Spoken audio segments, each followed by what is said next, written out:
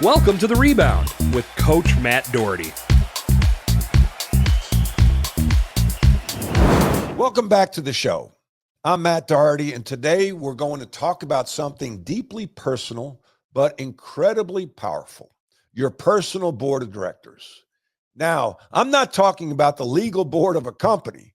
I'm talking about your inner circle, the trusted few who help you lead your life with purpose.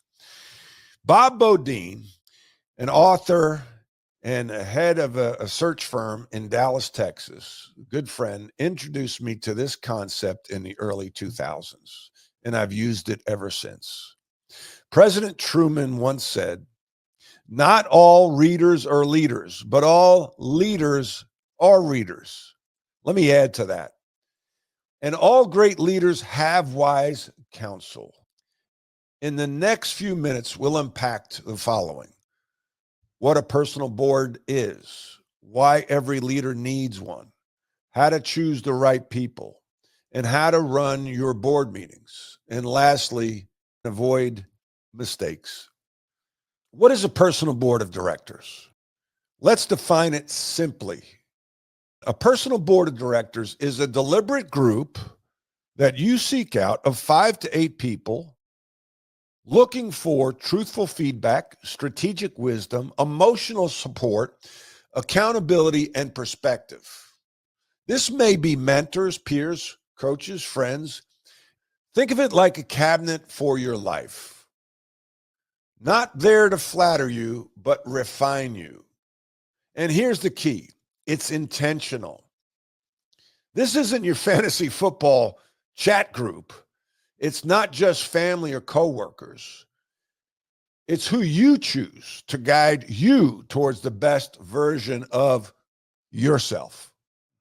Why do you need a personal board of directors? Especially if you're leading others. As a leader, it gets lonely at the top. Trust me, I know. People start telling you what you want to hear, not what you need to hear. I talk about this all the time. As a leader, you need to mine for the truth, because if you don't manage the truth will manage you right out the door. Let's be honest. When you're successful, few people will call out your blind spots, and we all have blind spots. Your personal board challenges your assumptions, checks your ego, celebrates your wins honestly, and keeps your priorities straight. It's like having a mirror that doesn't lie. Steve Jobs had a tight circle. So did Oprah. So did Warren Buffett. They all built international inner circles that help shape their best thinking. The question is, who's shaping yours? Who should be on your board? 5 key roles. Here's the framework. Build a diverse table. Not everyone should think like you think. 1, have a truth teller, someone who won't sugarcoat it. They see through your excuses and speak the uncomfortable truth with love. Number 2, the wise one. Maybe older, more seasoned, a mentor type. They've been through the battles you're facing now. Number 3, the peer challenger, someone on your level, a fellow operator, CEO, or high performer. They get the world that you're in and they push you to level up. Number 4, the encourager. We all need cheerleaders in our lives. They see your best self and remind you of it. Essential for those moments of doubt and burnout. Number 5, a wild card, a creative thinker, outsider, or someone from a totally different industry or planet. They bring fresh eyes to your blind spots. Optional additions. I highly recommend a spiritual guide, a pastor, a financial advisor, right? You got to manage your money. You got to plan for the future and your family. A coach. And this sounds self-serving, but I've had a coach. I've had an executive coach ever since I coached at North Carolina. I've always had mentors: Dean Smith, Roy Williams, Bob McKillop as a basketball coach. Your personal board of directors is a team that can change over time. As I evolved from a basketball coach to an executive coach, my personal board has changed. Other optional additions, a spouse or family member, but only if they can play the role professionally. So you have great options, and you need to be intentional. I tell people, you don't know it, but you're on my personal board of directors. And when people say that to me, it's one of the most flattering comments I've ever received. Just think of the trust and the impact that you can have and the belief they have in you, that you can help them live a better life. So how do you run your personal board of directors? It doesn't need to be a formal meeting with nameplates and rules of order, but it does need rhythm. Here's how to structure it. Choose those 5 to 8 people intentionally. Reach out, be clear. Say things like, I admire you, and I'd love to include you on my personal board for guidance. Number 2, set expectations. This isn't a big time commitment, maybe quarterly check-ins, coffee chats, or calls, but be clear. You want honesty, confidentiality, and candor. Number 3, schedule board meetings once a quarter. Create a review ritual. What's working? What's not? What am I avoiding?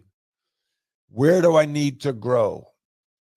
Even a 60-minute call with 2 to 3 board members can change the trajectory of your life, not just your career. Number 4, take notes and follow up. That's so important, so basic. Do you take notes? Where do you take notes? And then how do you follow up? Do you review those notes?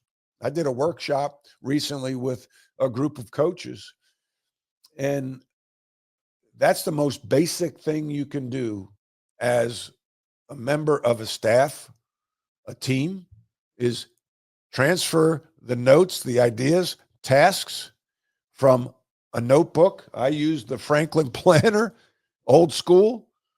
I know it's there. And then at the end of the day, I transfer my notes to to-dos. So you take notes and follow up. That's so key. If I ever hear someone say it fell through the cracks, I've fired somebody before when they said that. I fell through the cracks. Well, then you're not someone that I can trust and rely on. Show that you're serious by acting on their insights. So if they give you advice and they say go right, and you're going left all the time, then that sounds like a you problem. People stay invested when they see you're coachable. How about that? Are you coachable? Listening is a talent. I used to say that about players. One of the best listeners I've ever been around is Michael Jordan.